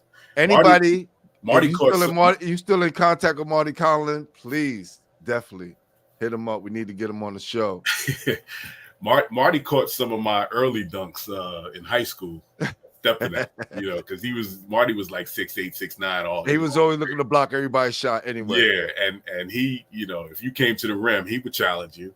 But yeah, I caught Marty a few times. But yeah, Marty's a good player though.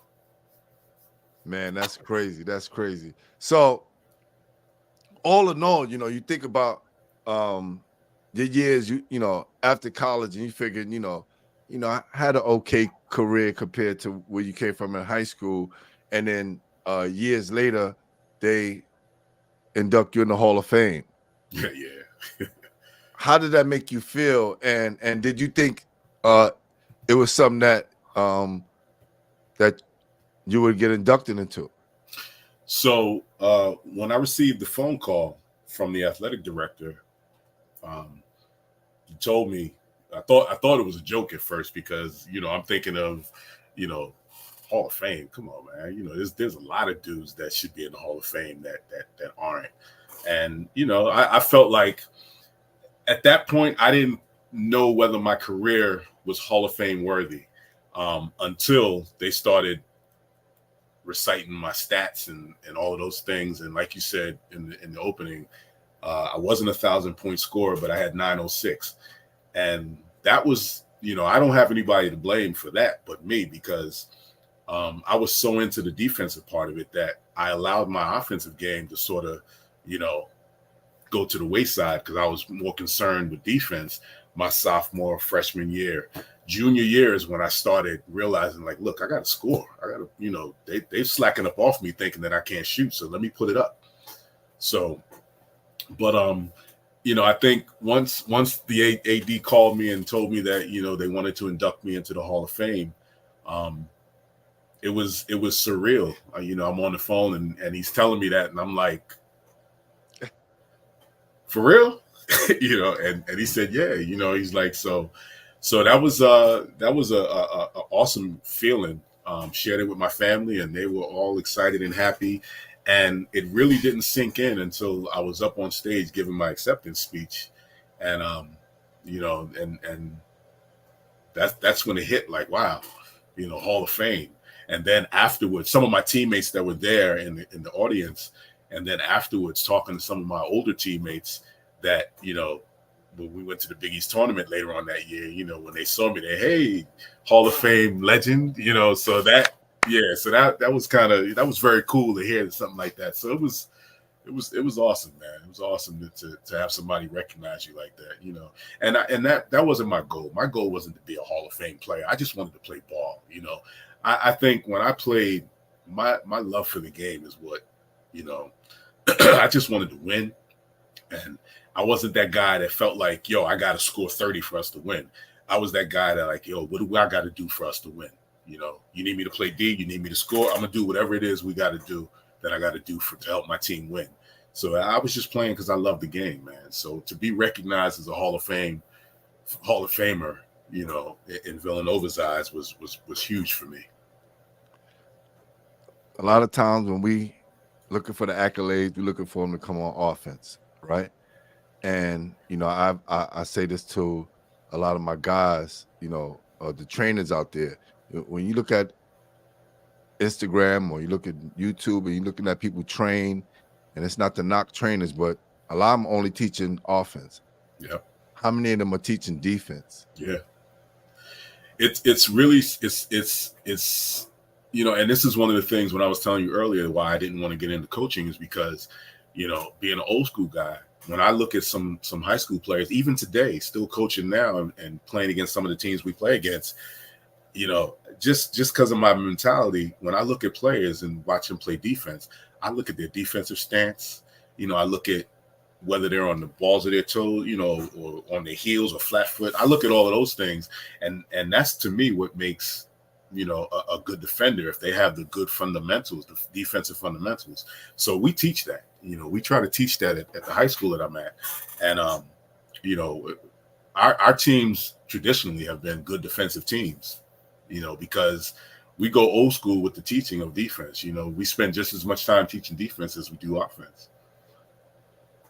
And I also think it makes us, those defensive guys, great evaluators of players, especially when we watch the offensive guy, we know how to kind of stop him or contain him, right? Because we're using a lot of things that just off the rip that we already know what we were doing in that situation. Exactly.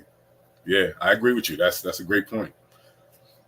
Nah, most definitely. So, what did you do after your college career was over? I saw you played in the ABA, correct? CBA. Yeah. CBA. So the CBA, for those that don't know, the CBA is what the MBDL is. It was the farm team. Yeah, the farm teams for the NBA. So when I first graduated in '89, Massimino and Bill Cunningham, he was with the Miami Heat. They were boys. They were tight. So Massimino made a call, and Billy Cunningham brought me into camp. Invited me to try out. So thought I had a good Billy camp. From 76ers? Yes. From Erasmus High School? Yes. North Carolina. Yes. Billy C. New York guy. Yeah, I think he was the GM at Miami Heat at that time. So he invited me into Miami's veterans camp or rookie camp. So I was undrafted, and they drafted a kid named Scott Hafner out of Evansville, white kid, 2-guard that could shoot. And again, me coming in as a tweener, which was one of the reasons why I wasn't drafted, because they just wasn't sure whether I had guard skills to be in the NBA or whether I was strong enough and big enough to be a forward, in the NBA. So that tweener status was always attached to my name. Thought I had a good Miami Heat camp, but it wouldn't have looked good if they kept me over the kid they drafted. So wound up letting me go, which was that was tough for me because I felt like I had a good camp. And that's when I realized after I got released from Miami, I called Ed Pinckney, and because he's like a mentor for me. You know, I watched Ed when I was in high school when he was in Stevenson. And, you know, he told me, he said, G-Mass, he said, the thing you're going to understand about NBA, about the next level after college is this is a business, man. You know, it's not about, you know, you're the best player or the best option. It's about, you know, it's a business, you know. So find out later, years later, I find out that somehow the kid that they drafted and kept over me, his dad was roommates with somebody in the main office at Miami Heat office or something when they were in college or whatever. So, you know, so he had an in, you know what I'm saying? So that hurt, you know, that hurt a lot. But, you know, I learned from it. And my biggest thing after that, I played in the CBA. And then that next year, 91, I got invited to, my agent got me a tryout with the Chicago Bulls. So that was the first year that they won the championship in 91. I was the last one cut from there. That was a great experience. I got to play against Michael Jordan and Scottie Pippen in practice. Phil Jackson was the coach, and, you know, I don't think he was feeding me BS because, you know, he was like, listen, I love you. You know, you're the kind of guy I need to have on this team because I need somebody to work Mike and Scottie in practice, be on them and you know, harass them and make them stay on top of their game. Look, you're going to put me on the team with Michael Jordan and Scottie Pippen, and my job is to make them better in practice. I'm in. Every day, all week, I'm in, you know. And so you remember Craig Hodges, the shooter from Yeah. So they were trying the to one trade. that they banned from the NBA. Yeah, they were. So Phil Jackson at that time, that was around that time that they were, you know, having issues with him because he was a little militant, I think, for them. And Phil Jackson told me, he said, I'm trying to trade Craig Hodges. This is why I love Phil Jackson at that time, because he was real honest with me. He didn't have to tell me none of this stuff. You know, he was like, I'm trying to trade Craig Hodges to make a spot for you because I'd like to keep you so you can be, you know, that practice player for us against Mike and Scottie. He said, if I'm able to trade him and move him, then I'm going to keep you. If I can't keep both of you and pay both of you. So I appreciated the honesty. Went through the rest of veteran camp and played in some exhibition games. And then when the cut deadline came, you know, he pulled me in his office. He said, I got to let you go. Nobody's taking Craig's contract. And I understood, you know, and I said, I appreciate you, you know, being honest with me. And I said to him, can you recommend someplace I can play overseas? You know, you have any connections? And he said to me, you know, I can definitely do that. He's like, but if you have aspirations of playing in the NBA, I got to be honest with you. If you play in the CBA, I can grab you much quicker than I can if you're overseas. He says, so, you know, if you're in the CBA, usually what I do is if, you know, I need a player, it's usually the last guy I cut. He said, that would be you.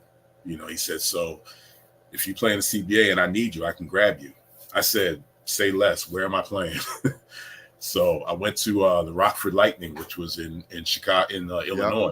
And I played there for like 3 years. But that first year playing with Rockford, you know, it's really tough back in those days because you're in the CBA hoping somebody gets hurt, you know, where you get a chance to get a 10-day call-up.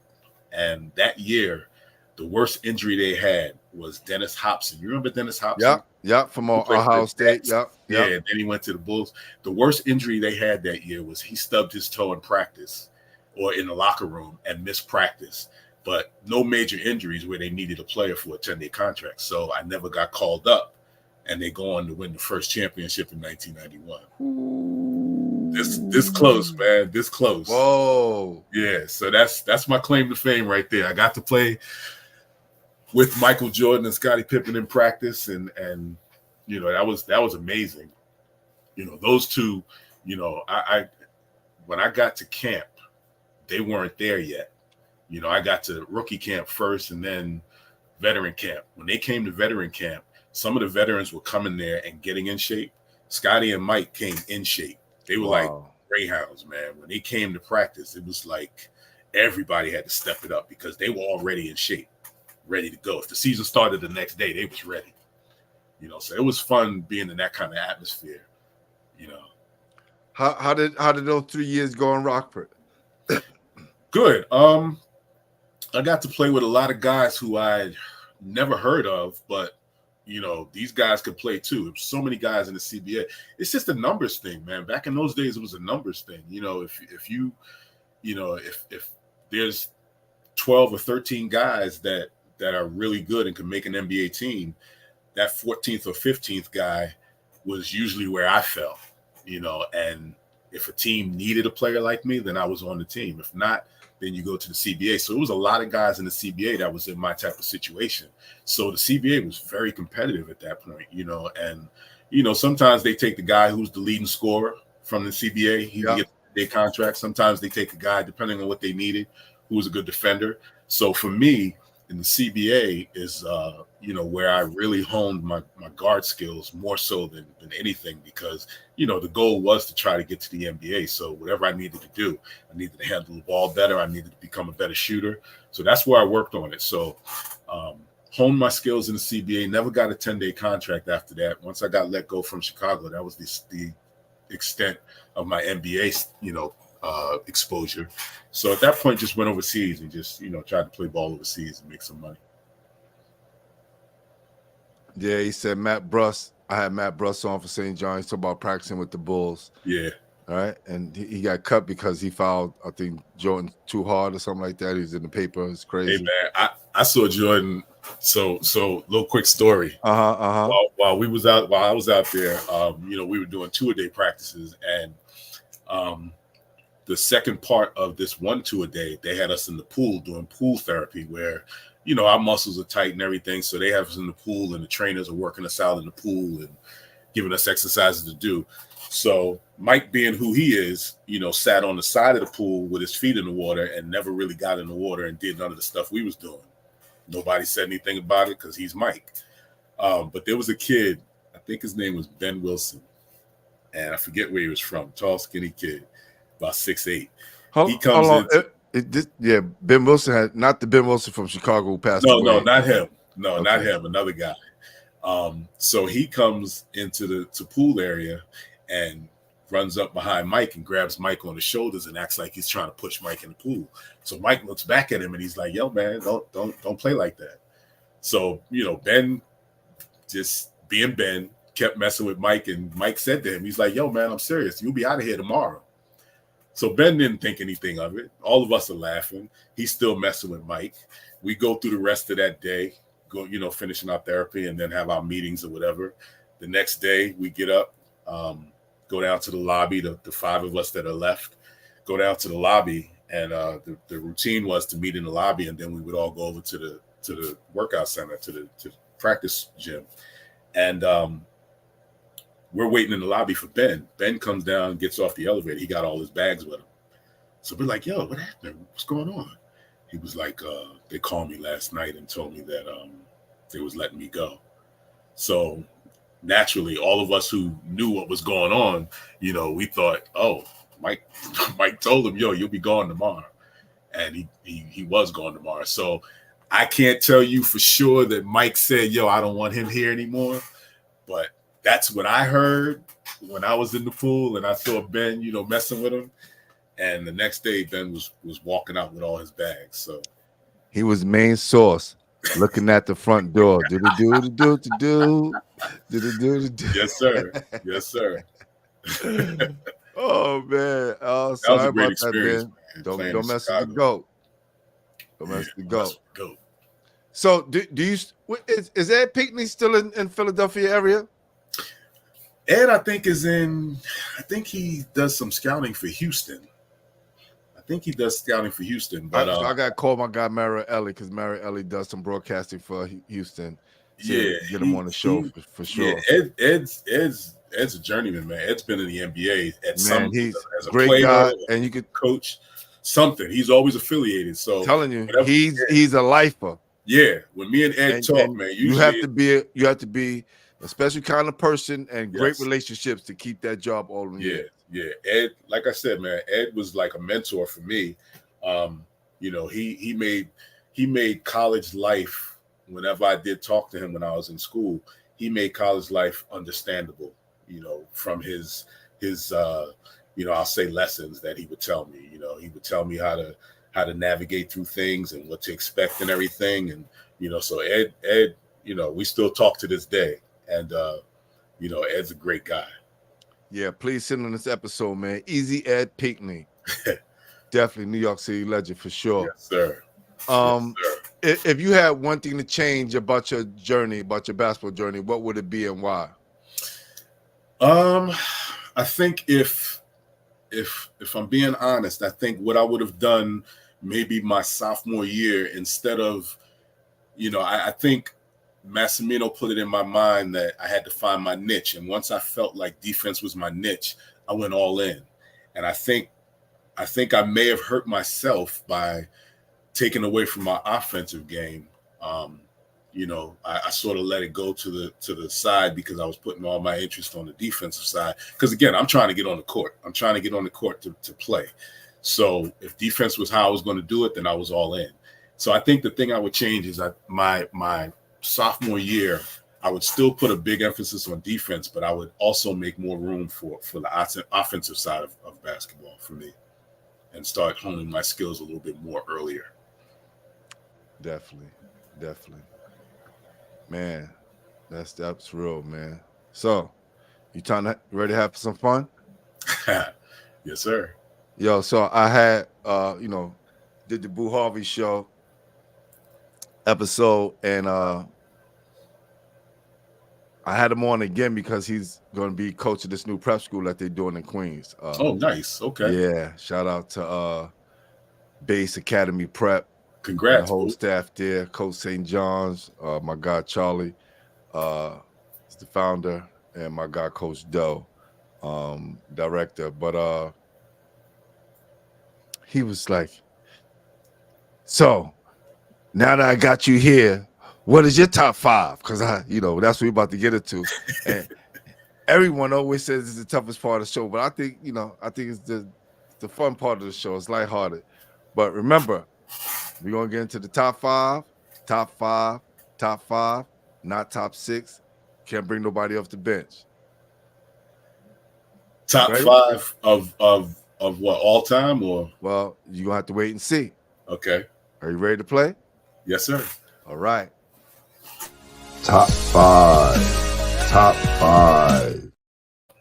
All right.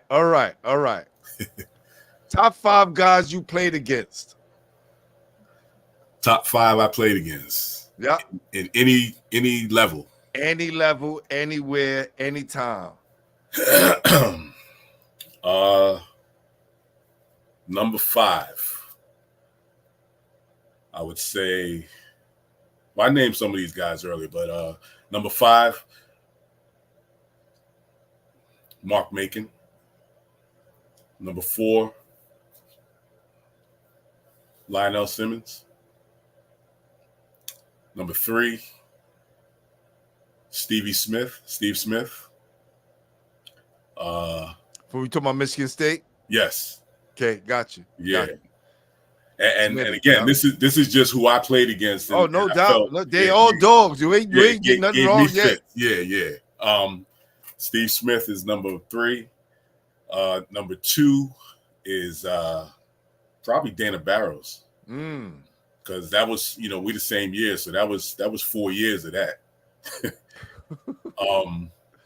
And one has to be Michael Jordan.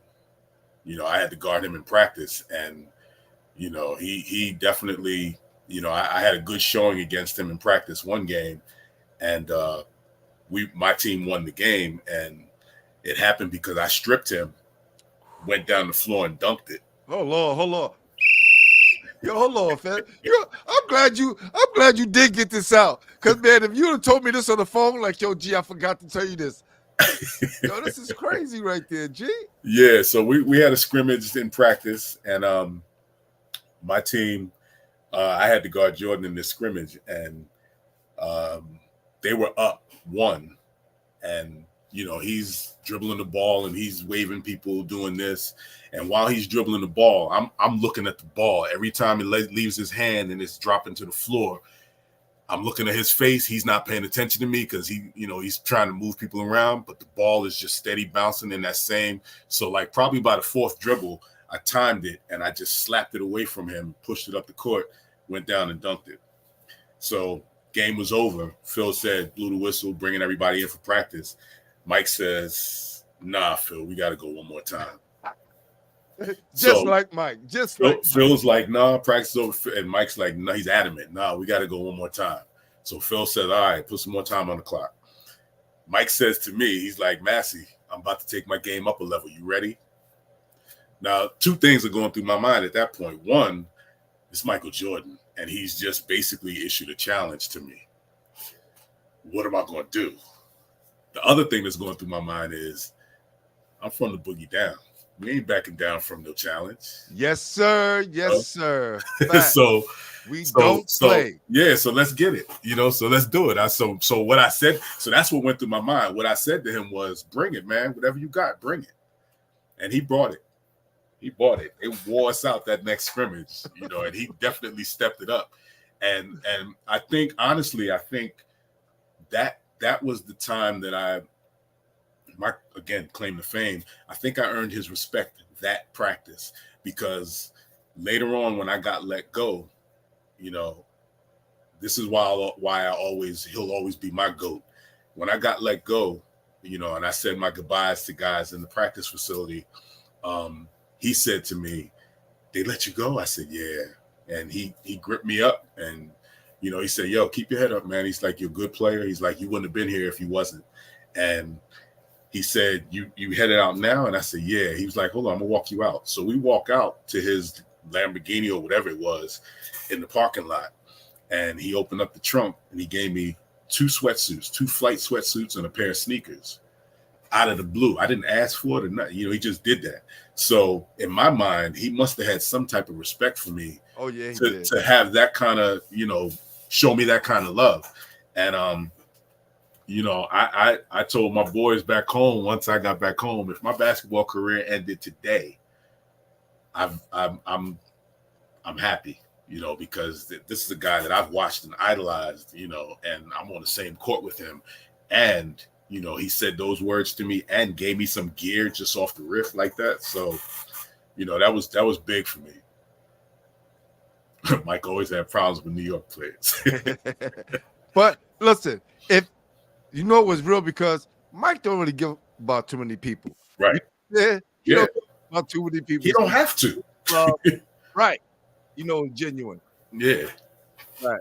So that was, that was, man. We never. That was good to see some love like that from him. Nah, for sure. All right. Top 5 guys you played with.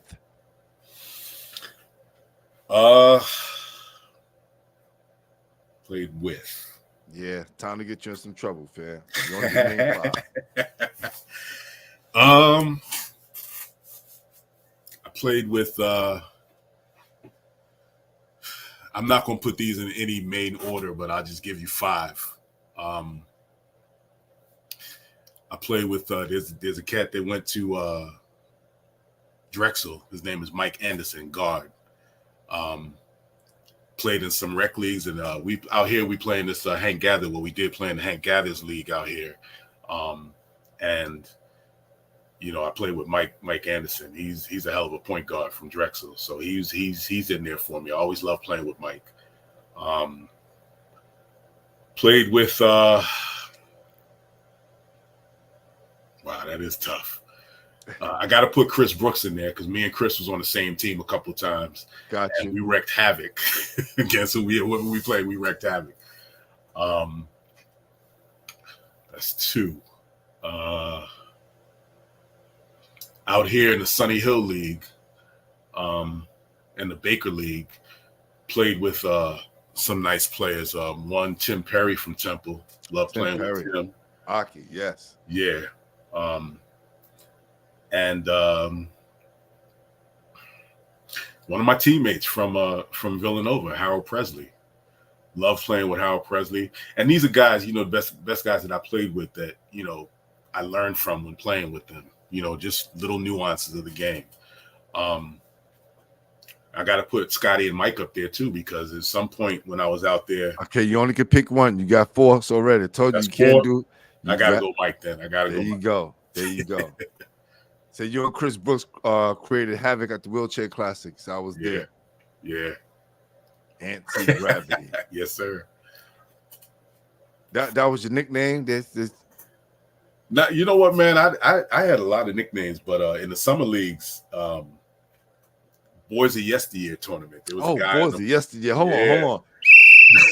Luke Boys of Yesteryear. Oh, tough. Legendary Yeah, tournament. man. Yes. So the dude that was on the mic there, when me and Chris Brooks played against each other that one game, this is the first time I heard this nickname, but he called every time I played out there and he was there, he called me Yeast.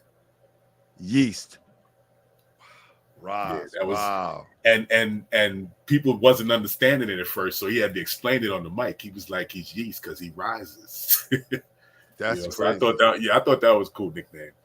Oh, he said Chris Brooks' name was Anti-Gravity. Yeah. Chris. Got you. Yeah. Boys of Yesteryear, 138th Street in the building, and they shirts, the shirts, the citywide shirts, they were legendary, right? Yes. Especially those citywide shirts. Absolutely. All right, last one. Top 5 players in New York City history, in your opinion.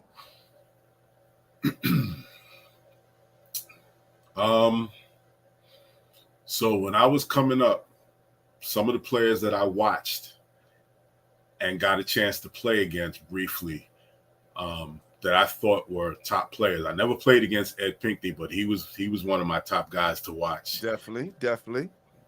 Pearl. Pearls. Never played against Pearl, but watched him. Boo was in there too. Boo Harvey was nasty. Boo Harvey, for sure. Boo was nasty. Rod Strickland. Is that 4? That's 4.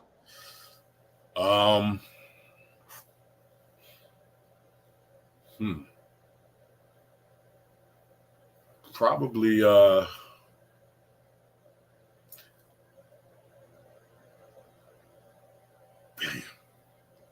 that's tough. I know. That's tough. Everybody always says because 5 names just came to mind. These top 5s. I know. Yeah, that's tough. So I'm gonna give Glenn Grant love. Glenn Grant, the guard from Spelman, man, that went to Iona. People don't know how tough he was, man. Because Spelman didn't have, it was just him. Right. You know, and they still to this day is not right. Yeah. So, but when he played, Spelman was a problem because of him. Because of him. So I got to give Glenn Grant some love, man, because he was tough. And he did well at Iona as well. Yeah.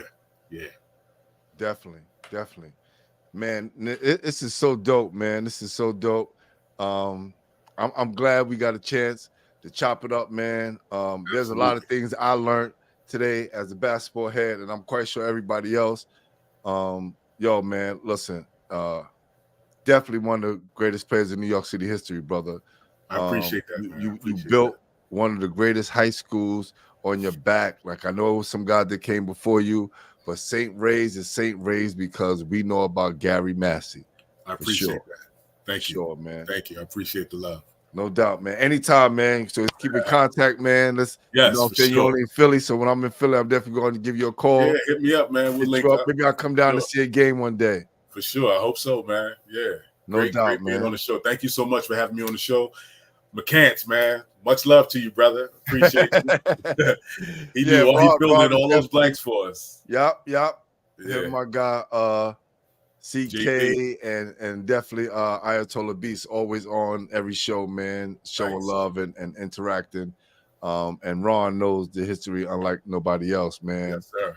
Him and my guy Mike Barnes, who, he always leaves like these. Watch, when every show, he's gonna leave a long commentary in the comments. Okay. Every show, he's gonna give you some information that you're gonna forget about. Like, oh damn, I forgot about him. And what he does, he puts the pieces into your stories together. Yeah. Okay. It's crazy, man. I can actually, if I take Mike Barnes, I'm not even gonna say this on air, but trust me, it's a lot of Yeah. information that I'm New York sure. City basketball definitely love, man. I'm sure. But yo, let me get you out of here, man. I'm gonna do my outro, man. And thanks everybody who joined in. Remember, if it's your first time here, subscribe to the show. Share the content, man. Let's share this, man. Everybody who knows G, share this with your family, friends, share it with his high school teammates, share it with his high school, college ball players, share it with everybody, man, so they know that G is out here, man, still doing great things in the basketball world. Appreciate you, brother. No doubt. Peace. Wow. Let me tell you, man. And those you didn't see the Boo Harvey episode, please go check that out as well, amongst others that's up on my page, man. But man, I remember Gary, man, just hearing his name ring and people talking about him and seeing him in the paper and then watching him and go to hoops and wheelchair and him just doing his thing. And I didn't know anything about St. Ray's at the time. And knowing that he went to St. Raymonds, and now that I covered him and I go to the gym and I see all the jerseys hung up and all the Hall of Fame players that they had, knowing that his jersey is up there in the rafters first, knowing that, I played ball in the right era, man. So definitely salute to G Massey, man, for all the things and memories you gave us in New York City, man, and college basketball. And, man, you got one of the greatest stories, man. So for sure, man, we appreciate you. We appreciate you, brother. Everybody out there, listen, especially for our young guys out there, you may come up in high school and be able to score all the points in the world, be all city, be all American, but then have to go to college and switch your game up a little bit. Right? There's so many guys. Rest in peace, Ed Davender. He was All-American, first team, and went to Kentucky and all world and offense, and then went to Kentucky and became a defensive player. There's so many other players who had to transition to different parts of the game after high school. And some of us have to do that. Fortunately for my guy, Gary Massey, he was able to do it on the defensive end at Villanova, become Defensive Player of the Year in the Big East, which not too many guys get to do, okay? And still make the Hall of Fame at his college.